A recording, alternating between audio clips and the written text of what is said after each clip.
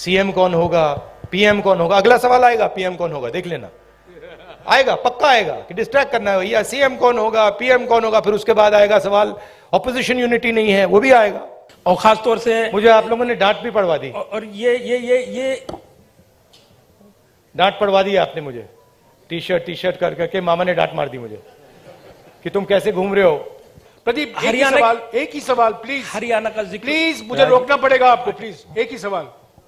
राहुल गांधी आपके दिमाग में है, मैंने मार दिया उसको।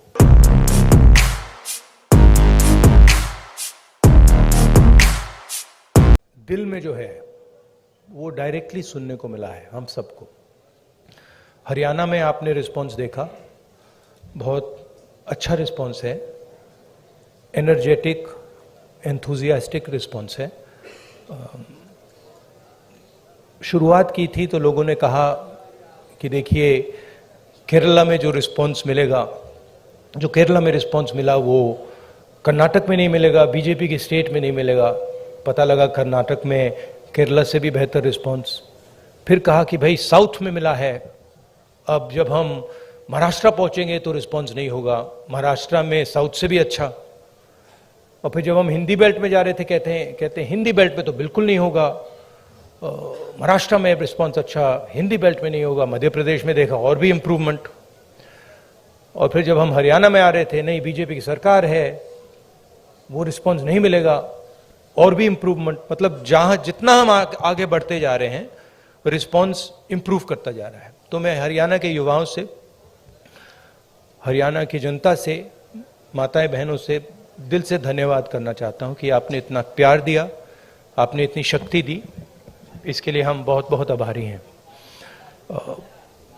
यहाँ पे लोगों ने, किसानों ने हमें हरियाणा की सच्चाई बताई, सड़कों पे हम चले हैं वो भी हमने देखा।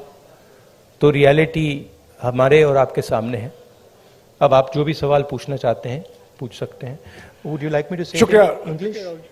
Would you like me to say it in English और no need? No, I think Hindi.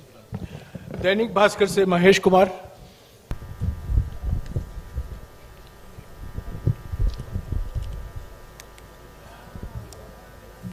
Rahul ji, आपने पानीपत में कहा था मन से, किसमें? मैं महेश कुमार, दैनिक भास्कर से। हाँ, नहीं आपने क्या पानीपत मैं पूरा हरियाणा ही देखता हूँ। आपने पानीपत में कहा था कि पानीपत तय करता है कि दिल्ली की सरकार किसकी बनेगी, मन से कहा गया था।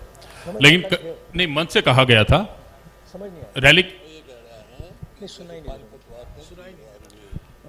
आवाज नहीं आ रही मेरी? ओके, भाई थोड़ा माइक को एडजस्ट कर लीजिए। Just put the mic. आप बोलिए प्लीज। आपने पानीपत में कहा, पानीपत में मन से कहा गया था कि पानीपत तय करता है कि दिल्ली में सरकार किसकी होगी। मैंने कहा पानीपत में मन से कहा गया था। और करनाल में यह कहा गया कि यह यात्रा वोटों के लिए नहीं है। तो इसमें एक कहीं ना कहीं कंफ्यूजन है कि ये एक जन आंदोलन है या राजनीतिक यात्रा है, क्योंकि पॉलिटिशियन जिस भी थॉट के साथ कोई भी एक एक्टिविटी करता है, फुल टाइम पॉलिटिशियन, उसका थॉट तभी लागू होगा जब उसके पास सरकार होगी। तो एक चीज तो मैं ये जानना चाह रहा हूं कि इस यात्रा को हम जन आंदोलन और राजनीतिक यात्रा के बीच में कहां स्टैंड करा, देखें कहां पे है ये। और इसके साथ ही ये चीज है कि एक माइलस्टोन है ये यात्रा, आपकी लाइफ टाइम का है। तो 30 जनवरी के बाद इस माइलस्टोन का टेक अवे पार्टी और आपके पास क्या होगा?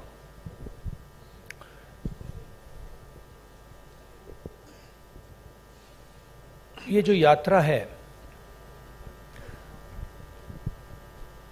जो हिंदुस्तान की आवाज को दबाया जा रहा है और जो हिंदुस्तान में डर फैलाया जा रहा है, हिंदुस्तान को जो बांटा जा रहा है, एक जात को दूसरी जात से, एक धर्म को दूसरे धर्म से जो लड़ाया जा रहा है, उसके खिलाफ ये यात्रा है। इस यात्रा का एक और लक्ष्य है, और वो मेरा पर्सनल लक्ष्य है, और जो हमारे साथ लोग चल रहे हैं वो उनका भी लक्ष्य है। वो है कि हम इस यात्रा को तपस्या जैसे देख रहे हैं। हम अपने देश से प्यार करते हैं, देश की जनता से प्यार करते हैं, किसानों से, गरीब लोगों से प्यार करते हैं और उनके साथ हम चलना चाहते हैं। तो यात्रा का लक्ष्य पर्सनल है। यात्रा का लक्ष्य देश की जनता को देश की सच्ची आवाज सुनाने का है। अब देखिए, उससे राजनीतिक फायदा हो, नुकसान हो, उसके बारे में मैं नहीं कह सकता हूं, मगर यात्रा का लक्ष्य अवेयरनेस का है। और जो मेन 3 बातें हैं जो हम सब जगह कहते हैं, भारत जोड़ो, डर के खिलाफ खड़े हो, नफरत मत करो, ये एक मुद्दा है। दूसरा मुद्दा, जो हिंदुस्तान में इकोनॉमिक इनइक्वालिटी हो रही है, जो सारा का सारा धन मीडिया, दूसरे इंस्टीट्यूशंस, 2, 3, 4 लोगों के हाथ में है, इसके खिलाफ। और उसके जो नतीजे हैं, भयंकर जो अनएम्प्लॉयमेंट हो रहा है, तेजी से जो महंगाई बढ़ रही है, उसके खिलाफ ये यात्रा है। और लोगों को ये मालूम है कि भाई हिंदुस्तान में बेरोजगारी बढ़ रही है, तो उसका कारण है कि पूरा का पूरा धन 3, 4, 5 लोगों के हाथ में है, सबको मालूम है। लोगों को यह भी मालूम है कि वो जो धन का कंसंट्रेशन हो रहा है, पूरा का पूरा पूरी आर्थिक शक्ति जो 3, 4 लोगों के हाथ में जा रही है, उसका नतीजा बेरोजगारी है, उसका नतीजा महंगाई है। लोगों को कनेक्शन मालूम है। तो हम ये बात रखना चाहते हैं और बहुत सक्सेसफुली ये बात यात्रा ने रखी है। इसलिए मैं आपसे कह रहा हूं कि जहां भी हम जा रहे हैं, यात्रा इंप्रूव हो रही है। तो अब ये हमारा लक्ष्य था। दैनिक जागरण से अश्विनी शर्मा, नहीं बताता हूं। देखिए,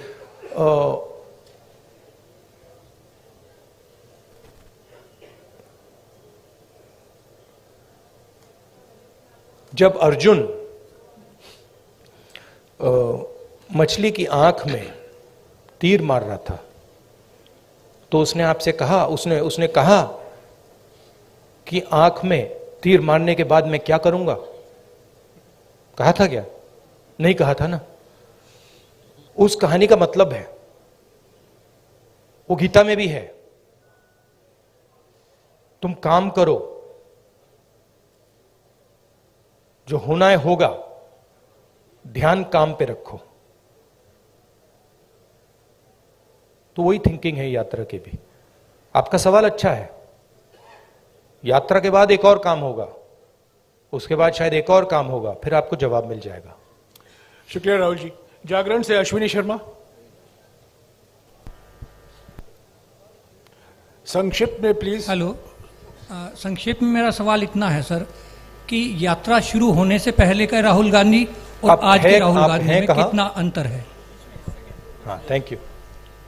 हाँ, यात्रा शुरू होने से पहले के राहुल गांधी और करनाल तक पहुंचे, इसमें कितना अंतर आया है आपके अनुभव में और व्यक्तित्व में? भैया, ये तो आपका डिसीजन है। ये तो आप लोग जज, जूरी और एक्सिक्यूशनर हो। मेरा निर्णय तो नहीं है, मेरा डिसीजन तो नहीं है। तो ये तो आपको डिसाइड करना पड़ेगा, राहुल गांधी क्या है, कौन है, क्या नहीं है, क्या बदलाव आया, क्या बदलाव नहीं आया। उसमें थोड़ी सी सच्चाई आप बोल सकें तो अच्छी बात होगी, और नहीं बोल सकें तो वो भी ठीक है। पंजाब केसरी से मनोज राणा।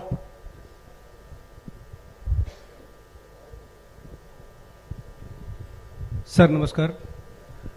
मैं ये जानना चाहता हूँ, वैसे हरियाणा की जनता भी जानना चाहती है कि आगामी विधानसभा चुनाव में सीएम का चेहरा कौन रहेंगे कांग्रेस की तरफ से, क्योंकि भाजपा का तो उन्होंने क्लियर कर रखा है लगभग। हाँ जी, देखिए, मैंने प्रेस कॉन्फ्रेंसेस में 3-4 बार कहा है कि हमारा लक्ष्य यात्रा का है, और आप लोग डाइवर्ट करने की कोशिश करते हो।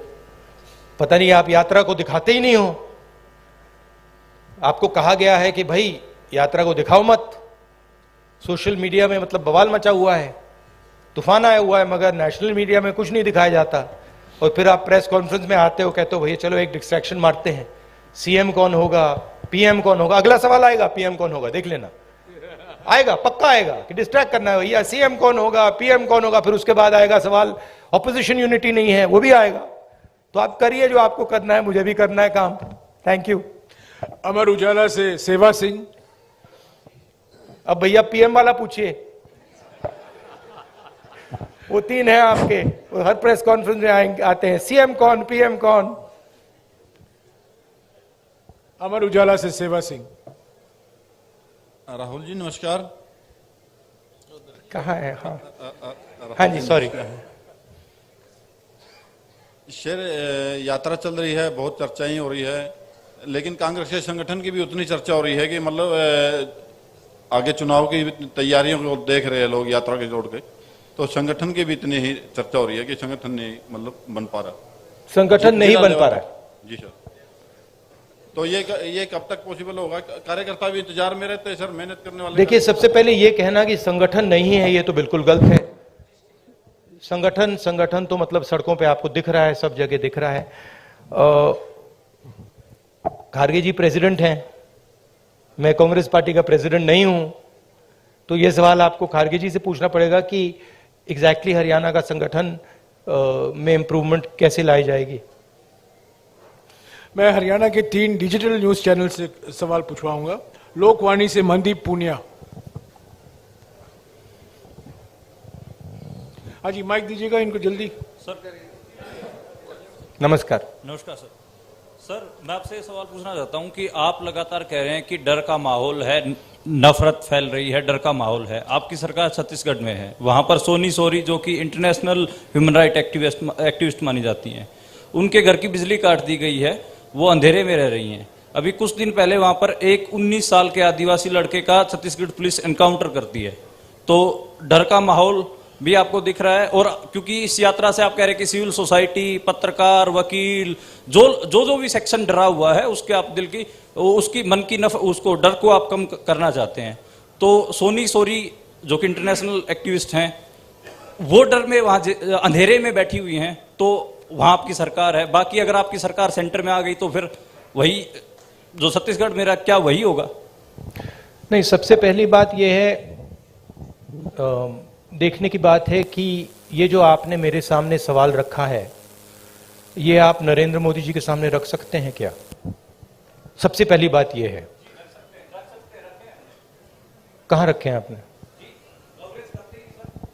नहीं, कवरेज एक व्यक्ति के सामने सवाल रखना और कवरेज करना में बहुत फर्क होता है। प्रधानमंत्री जी ने ऐसे कितने प्रेस कॉन्फ्रेंस किए हैं जहां पे कोई भी पत्रकार उनसे ऐसा सवाल पूछे। सबसे पहली बात यह है, ठीक है। दूसरी बात यह है कि मैं कह रहा हूं कि देश की जनता को बांटकर उनमें नफरत फैलाई जा रही है। हिंदू मुस्लिम, अलग अलग जात के लोगों को लड़ाया जा रहा है। क्या कांग्रेस पार्टी ये करती है? कांग्रेस पार्टी ने कभी कहा है कि एक जात के व्यक्ति को दूसरे जात के व्यक्ति की हत्या करनी चाहिए? कांग्रेस पार्टी ने कभी कहा है कि एक धर्म को दूसरे धर्म से लड़ाया जाना चाहिए? कभी नहीं कहा है, हिस्ट्री में कभी नहीं कहा है। तो दूसरी बात यह है। तीसरी बात यह है कि जो वहां पे डर का माहौल है, उसके बारे में आपने हमें बताया है, हम जाके उसको देखेंगे और अगर वहां पे हम उसके बारे में बोल सकते हैं, मैं बोलूंगा, ठीक है। और अगर वहां पे कुछ गलत हो रहा है तो मैं पर्सनली जाके उसको देख के उसमें मेरी जो राय होगी मैं रखूंगा, ठीक है। मगर मेन बात यह है कि जो देश में आज नफरत फैलाई जा रही है, जो हिंसा की जा रही है, वो छत्तीसगढ़ सरकार एज अ पॉलिसी नहीं कर रही है। वहां पे इश्यूज हैं, वहां पे लैंड एक्विजिशन के इश्यूज हैं और वहां पे टेंशन है, मगर हमारी पॉलिसी वो नहीं है। धन्यवाद। मसले से सर्वमित्र कंबोज। नमस्कार सर, इधर सर मैं देख रहा हूं आप स्पीच में और जवान यात्रा के किस- बाद मैं आपको बताना चाहता हूं कि मैं पर्सनली वहां जाऊंगा और पर्सनली इस बात को समझने की कोशिश करूंगा। अगर वहां पे कोई कमी है तो उसको मैं सुधारूंगा। नमस्कार सर, इधर ही। सर आप नमस्कार। हर स्पीच में तकरीबन जवान और किसान की बात करते हैं। हाँ जी। किसान की अगर बात करें तो आपको पता है लंबा आंदोलन हमारे देश में हुआ, हालांकि सरकार ने कानून वापस ले लिए, लेकिन एमएसपी का मुद्दा अभी भी बरकरार है। उसके लिए किसान अभी भी संघर्ष कर रहा है। पंजाब में अभी चल रहा है, हरियाणा में भी चल रहा है। आपकी सरकार थी तब स्वामीनाथन आयोग की रिपोर्ट आ गई थी, लेकिन आपने लागू नहीं की। क्या अगर आपकी सरकार आ जाती है तो आप स्वामीनाथन आयोग की रिपोर्ट को लागू करेंगे? और जो किसान एमएसपी मांग रहा है, क्या वो आप एमएसपी देंगे? देखिए, ऐसी ये जो चीजें होती हैं, ये ऐसे कैजुअली नहीं कहा जा सकता है। ठीक है कि भैया, सबसे पहले मैं एक कांग्रेस पार्टी का मेंबर हूं, कांग्रेस पार्टी का लीडर हूं, बहुत सारे और हैं। तो अगर हम इस बात को सीरियसली कहना चाहते हैं तो ये डिस्कशन हम अपनी मैनिफेस्टो कमिटीज में करते हैं और उसको सीरियसली असेस करते हैं। जी। उसके फाइनेंशियल इंप्लीकेशंस असेस करते हैं, उसके दूसरे इंप्लीकेशंस असेस करते हैं और फिर उस पर निर्णय लेते हैं। मैं यहां कह सकता हूं हाँ करेंगे ना करेंगे, उसका कोई मतलब नहीं है। जो हमारे मैनिफेस्टो में आएगा वो हमारा डिसीजन होगा और वो गारंटी करके हम करेंगे। जैसे हमने न्याय योजना के बारे में कहा था, हमने अलग अलग स्टेट्स में कर्जा माफी की बात की थी। जब हमारे मैनिफेस्टो में आ जाता है वो होगा ही होगा। ठीक है, तो पहली बात ये है। दूसरी बात ये है कि हम एक्सेप्ट करते हैं कि जो किसान है उसको चारों ओर से घेरा जा रहा है। उसको डायरेक्टली मारा जा रहा है, फ्यूल प्राइसेस से लेकर डायरेक्ट डीजल पेट्रोल की प्राइस से डायरेक्ट मारा जा रहा है। उसको इनडायरेक्टली मारा जा रहा है। बीमा का वो पैसा देता है, तूफान आता है, आंधी आती है, उसको पैसा नहीं मिलता।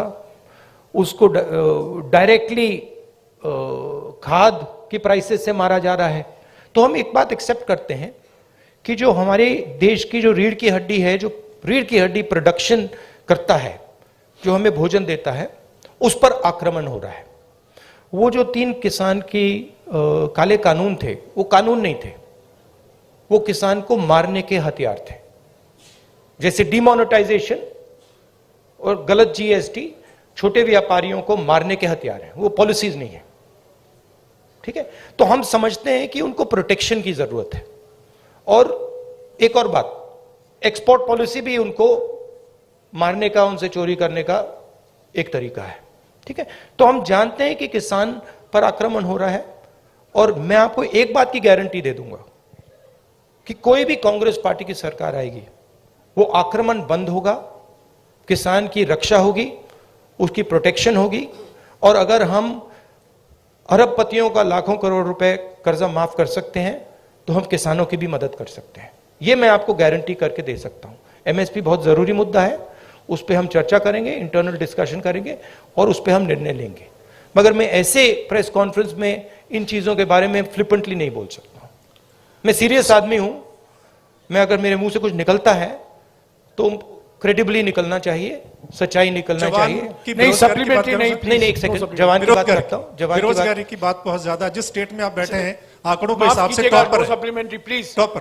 नो नहीं, सप्लीमेंट्री नहीं, एक हाँ, जवान के बारे में मैं आपको बताता जी, हूं। आपके जवाब दिया इन्होंने। एक सेकंड सर। आप कहते हैं कि कोई इंजीनियरिंग में जा रहा है, कोई मेडिकल करता है, आईएएस करना चाहते हैं, लेकिन जॉब्स नहीं है, यानी कि उनको पता नहीं कितनी जॉब्स हैं। तो आपके पास क्या ऐसा रोड मैप है? हमारे देश में हर साल लाखों ग्रेजुएट निकलते हैं, पोस्ट ग्रेजुएट निकलते हैं। सरकारी और प्राइवेट नौकरी में ऐसा कौन सा रोड मैप होगा कि हम उनको सेट कर पाएं? देखिए, ये देश अपने युवाओं से झूठ बोल रहा है। ठीक है, झूठ क्या है? मैं अब 3000 किलोमीटर चला हूं। युवाओं से मैं पूछता हूं, बच्चों से पूछता हूं क्या करना चाहते हो, 5 जवाब मिलते हैं। Engineer, doctor, lawyer, army, administration. ठीक है, और सारे के सारे मतलब हजारों बच्चों ने मुझे ये 5 जवाब दिए हैं। रियलिटी ये है कि इनमें से 10% को, 15% को, ज्यादा से ज्यादा 10% भी मुश्किल है, 10% को इंजीनियर, डॉक्टर, लॉयर ये जॉब्स मिल जाएंगे, बाकी को नहीं मिलेंगे।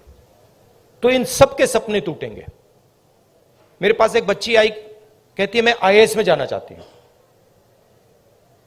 मैंने कहा ठीक है बेटा, आईएएस में हर साल कितने लोग जाते हैं? मुझे कहती है 5 लाख लोग जाते हैं। मैंने उससे कहा नहीं बेटा, 5 लाख लोग नहीं जाते हैं, 150 लोग जाते हैं। रोने लग गई। तो ये देश अपने बच्चों से, अपने भविष्य से झूठ बोल रहा है और ये इनका दिल तोड़ेगा। हर रोज इनका दिल टूटता है, इनके सपने टूटते हैं। क्यों टूटते हैं? क्योंकि जो लोग इस देश को रोजगार दे सकते हैं, उनकी हम मदद नहीं करते हैं, उनकी हम प्रोटेक्शन नहीं करते हैं, उनके स्ट्रक्चर के बारे में हम नहीं सोचते। रोजगार कहां से आएगा? रोजगार अगर आप सेकंड ग्रीन रेवोल्यूशन करोगे, एग्रीकल्चर को ट्रांसफॉर्म करोगे, फूड प्रोसेसिंग फैक्ट्रीज के जाल बिछाओगे, रोजगार वहां से आएगा। करोड़ों लोगों को रोजगार मिल सकता है और रिस्पेक्टेबल रोजगार मिल सकता है। दूसरी बात, जो स्मॉल और मीडियम इंडस्ट्रीज को डिस्ट्रॉय किया गया है, और कोई शब्द ही नहीं है, डिस्ट्रॉय किया गया है। जीएसटी, डिमोनेटाइजेशन और कोविड के समय जो किया, वो दूसरे लोग हैं जो रोजगार दे सकते हैं, करोड़ों लोगों को रोजगार दे सकते हैं। मैं आपसे सवाल पूछना चाहता हूं, आप मुझे वो नाम बता दीजिए जो छोटी कंपनी चलाता हो, स्मॉल और मीडियम साइज इंडस्ट्री चलाता हो, जो आज लाखों करोड़ का मालिक हो गया है। नाम बता दो मुझे। आप ये होंडा गाड़ी चलाते हैं, इसका मालिक मैकेनिक था। ये टोयोटा गाड़ी चलाते हैं, इसका मालिक मैकेनिक था। आप मुझे मैकेनिक का नाम दे दो जो इस देश में बड़ा उद्योगपति बन गया है, बताओ। नहीं है। तो जो रोजगार दे सकते हैं, जो सपने पूरे कर सकते हैं, उनकी हत्या हो रही है। तो रोड मैप क्या है? रोड मैप यह है कि जो स्मॉल और मीडियम इंडस्ट्री की बेस है हिंदुस्तान की, उसको प्रोटेक्ट करा जाए, उनको फाइनेंस दिया जाए, और ये जो छोटे छोटे बिजनेसेस हैं, इनको टेक्नोलॉजी के साथ ट्रांसफॉर्म करके इनमें से 5-10% को बड़े बिजनेसेस बना जाए। ये दूसरा रोड मैप है। तीसरा रोड मैप है कि हमारा जो शिक्षा का सिस्टम है, ये सिर्फ 5 चीजें सिखाने की कोशिश कर रहा है, मतलब 5 रास्ते दिखा रहा है। इस देश में लाखों रास्ते हैं। जिस दिन ये देश स्किल्स की रिस्पेक्ट करना शुरू कर जाए, उस दिन ये देश सच्चा सुपर पावर बन जाएगा। उस दिन तक ये सब खोखला है। इस देश में स्किल्स जो होती हैं, चाहे वो बढ़ई की हो, चाहे वो मैकेनिक की हो, किसी की भी हो, चाहे वो किसान की हो, उसकी कोई इज्जत नहीं करता है, उसका मजाक उड़ाते हैं, देखो ये क्या कर रहा है। जिस दिन वो हो जाएगा, उस दिन ये देश चाइना का मुकाबला कर जाएगा, और यहां पे made in India, made in India, made in India सब जगह दिखना शुरू हो जाएगा। वो रोड मैप है। धन्यवाद। शुक्रिया राहुल जी। हमारे पास सिर्फ 10-12 मिनट है। सवाल संक्षिप्त में कीजिएगा, और फिर से गुजारिश करूंगा सप्लीमेंट्री मत पूछेगा प्लीज। ये रैपिड फायर होना है। कई लोग को मौका देना चाहता हूं मैं। सत्य खबर से सत्य सिंह। सर नमस्ते। सर पिछले काफी समय से हम लोग देख रहे हैं कि जो कांग्रेस पहले डिफेंस मोड में रहती थी, अब अटैकिंग मोड में है। हर जगह पे जवाब दिया जा रहा है। आपकी टीम ये अच्छा काम कर रही है, पर मैं हरियाणा के संदर्भ में आपसे एक सवाल करना चाहता हूं, और वो सेंटर से ही सवाल रहता है। अभी पीछे राज्यसभा का चुनाव था, अजय माकन जी ने चुनाव लड़ा था। उस समय में एक क्रॉस वोटिंग हुई थी। कांग्रेस के पास वोट पूरे थे, उसके बावजूद कांग्रेस अपना राज्यसभा का सदस्य नहीं भेज पाई थी, उस पे ना आज तक कोई जांच की बात आई है और ना अभी तक उस पे कोई कार्रवाई जैसी बात है। सर आपसे मैं ये जानना चाहता हूँ क्या इस प्रकार के मुद्दों पर भी, जिस प्रकार से देखिए सोशल मीडिया की बात करें, सोशल फेस बनाने की बात करें, कांग्रेस का जबरदस्त फेस होता जा रहा है, क्या ऐसे मुद्दों पर भी पार्टी में चर्चा होती है? Distraction attempt number 2। देखिए ये ऑर्गेनाइजेशनल मामला है, यहां पे पीसीसी प्रेसिडेंट बैठे हैं, खारगे जी प्रेसिडेंट हैं, ये आप उनसे पूछिए, इनसे पूछिए। मेरा लक्ष्य क्लियर है, जो देश की आवाज है उसको सामने लाने का। अच्छा अटेम्प्ट था, मैं कहूं कि उससे अच्छा था, ज्यादा सोफिस्टिकेटेड था, मगर मैं डिस्ट्रैक्ट नहीं होऊंगा। Thank you. शुक्रिया राहुल जी। टोटल टीवी से प्रदीप। नमस्कार राहुल जी, धन्यवाद। नहीं, एक और बात जो आपने कहा, नहीं एक बात आपने कही जिसका मैं जवाब देना चाहता हूं। आप बैठ सकते हैं, ये कांग्रेस का प्रेस कॉन्फ्रेंस है, बीजेपी का नहीं है, आरएसएस का नहीं है। राहुल जी समय की पाबंदी भी है। हाँ, नहीं, मगर मैंने पहले कहा किसी प्रेस कॉन्फ्रेंस में, और आपने मुझे पूछा कि राहुल गांधी में कोई बदलाव आया। एक बात मुझे बहुत गहराई से समझ आ गई है कि ये जो लड़ाई है ये एक्चुअली राजनीतिक लड़ाई नहीं है, सुपरफिशियली ये राजनीतिक लड़ाई है। जब हम बीएसपी से लड़ते हैं या टीआरएस से हमारा चुनाव होता है तो वो राजनीतिक लड़ाई होती है। मगर अब देश में एक चेंज आ गया है। जब से आरएसएस ने इस देश के जो इंस्टीट्यूशंस हैं उनको पकड़ा है, उस दिन से ये लड़ाई राजनीतिक नहीं रही। इसका ये अब दूसरी लड़ाई हो गई है। उसको आप विचारधारा की लड़ाई कह दीजिए, उसको आप धर्म की लड़ाई कह दीजिए, उसको आप कोई भी फ्रेमवर्क दे सकते हैं, मगर वो राजनीतिक लड़ाई नहीं है।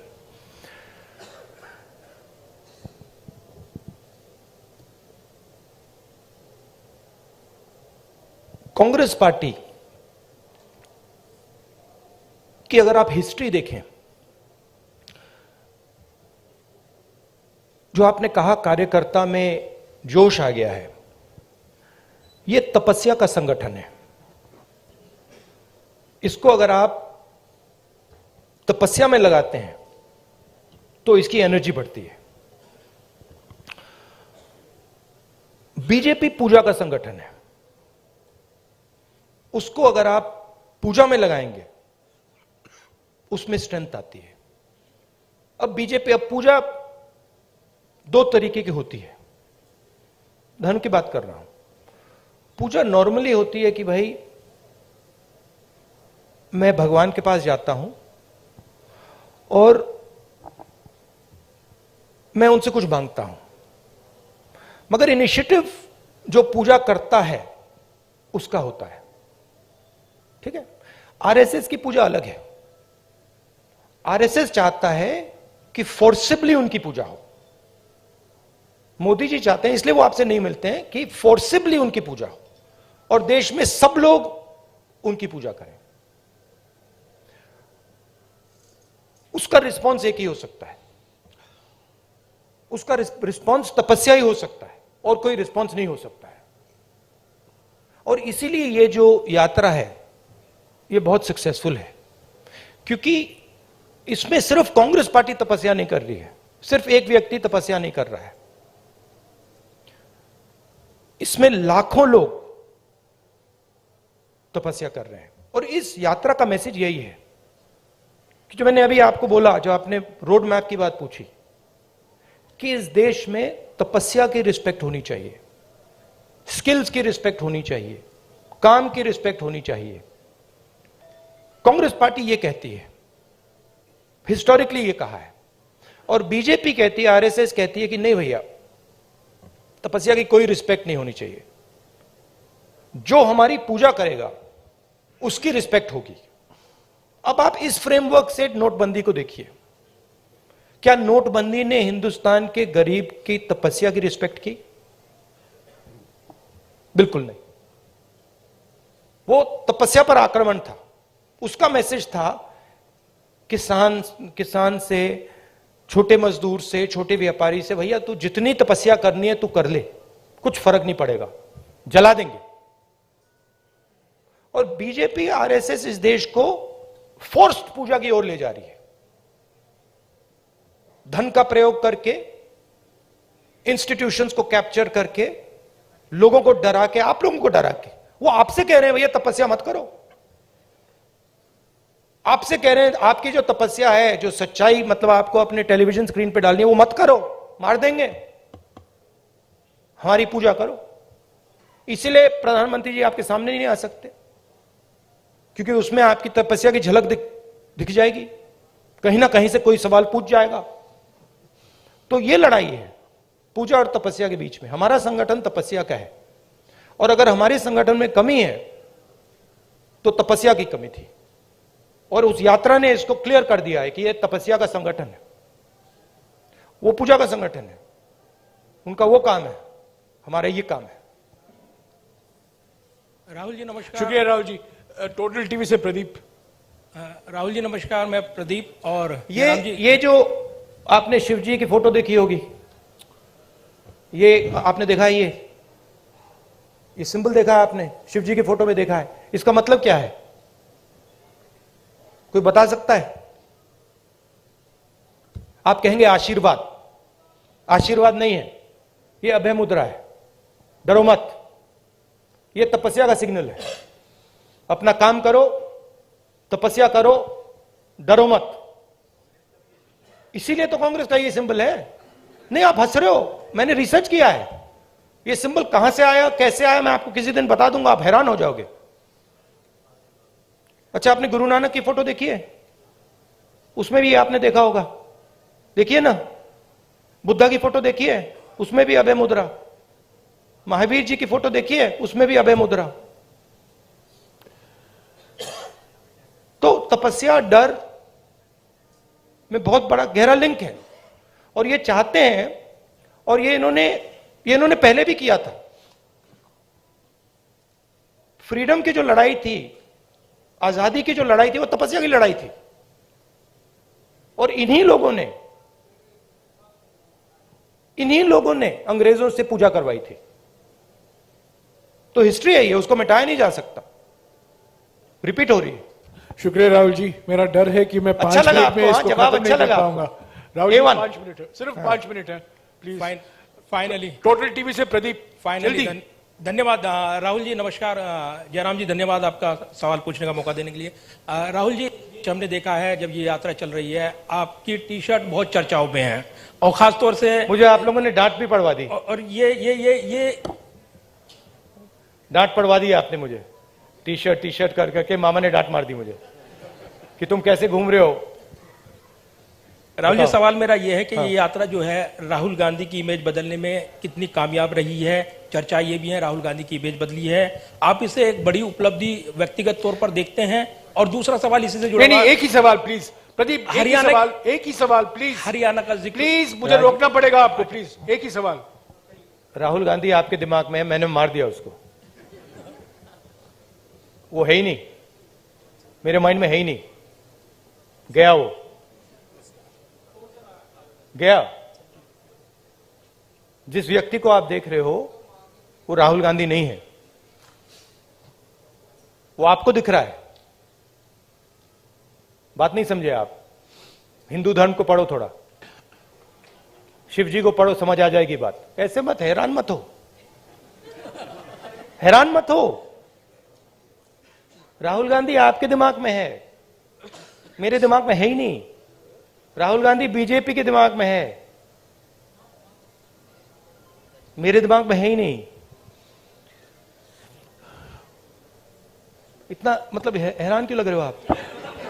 शुक्रिया प्रदीप। इमेज का मुझे कुछ लेना देना नहीं है, इमेज में कुछ इंटरेस्ट नहीं है। जो इमेज आप रखना चाहते हो रख दो, अच्छी रखनी है रख दो, खराब रखनी है रख दो, वो आपका है, मेरा नहीं है। कोई फर्क नहीं पड़ता मुझे, मुझे अपना काम करना है। जनता टीवी से स्पर्श शर्मा। हैरान क्यों लग रहे हो आप? राहुल जी 2-3 सवाल बाकी हैं, प्लीज इनको ले लीजिएगा। जनता टीवी से स्पर्श शर्मा। सर सामने। सर, मध्य प्रदेश को लेकर आपने कहा था कि जो सरकार है वहां पर बनती हुई नजर आएगी। हरियाणा में आप इतने दिन से घूम रहे हैं, हरियाणा को लेकर असेसमेंट किस तरीके का है आपका सर? प्लस सर, जोशीमठ में जिस तरीके के हालात है सर, उसको लेकर क्या कहेंगे?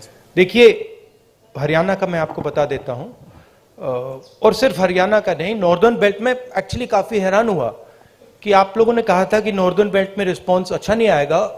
नॉर्दर्न बेल्ट में सदर्न बेल्ट से अच्छा रिस्पांस आ रहा है। यूपी में आपने देखा, पता नहीं देखा या नहीं, यूपी में, मध्य प्रदेश में, राजस्थान में और हरियाणा में ट्रेमेंडस रिस्पांस है, बहुत अच्छा रिस्पांस है। तो यहां पॉजिटिव ही होगा, कांग्रेस पार्टी की सरकार आएगी विदाउट डाउट। मगर मेरे लिए वो ज्यादा इंपॉर्टेंट नहीं है, फ्रैंकली मैं आपको बताऊं, चाहे वो मध्य प्रदेश की बात हो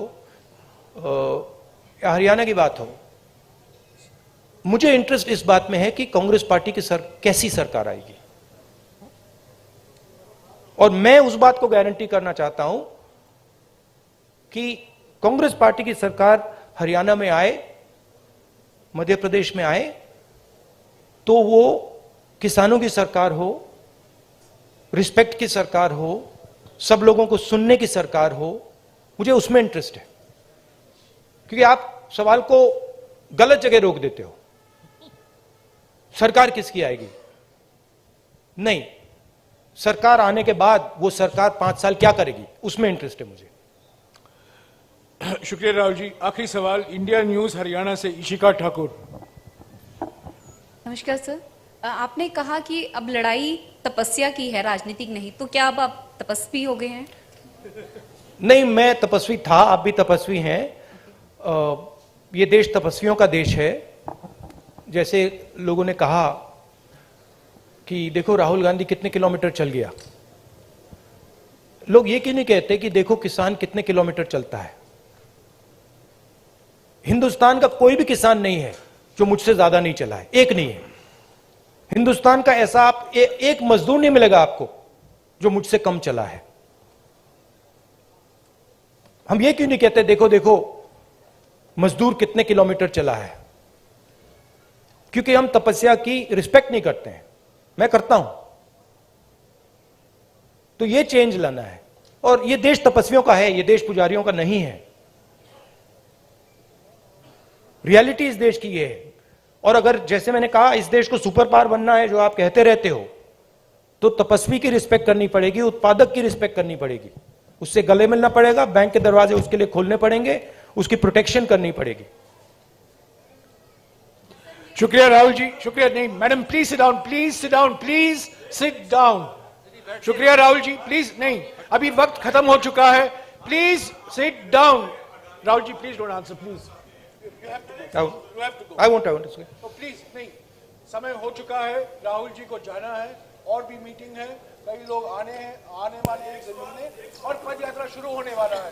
प्लीज जो 5-6 लोग रह गए हैं, 15 तारीख को जलंधर में आइए, आपको मौका मिलेगा। मैं Rahul ji thank you very much.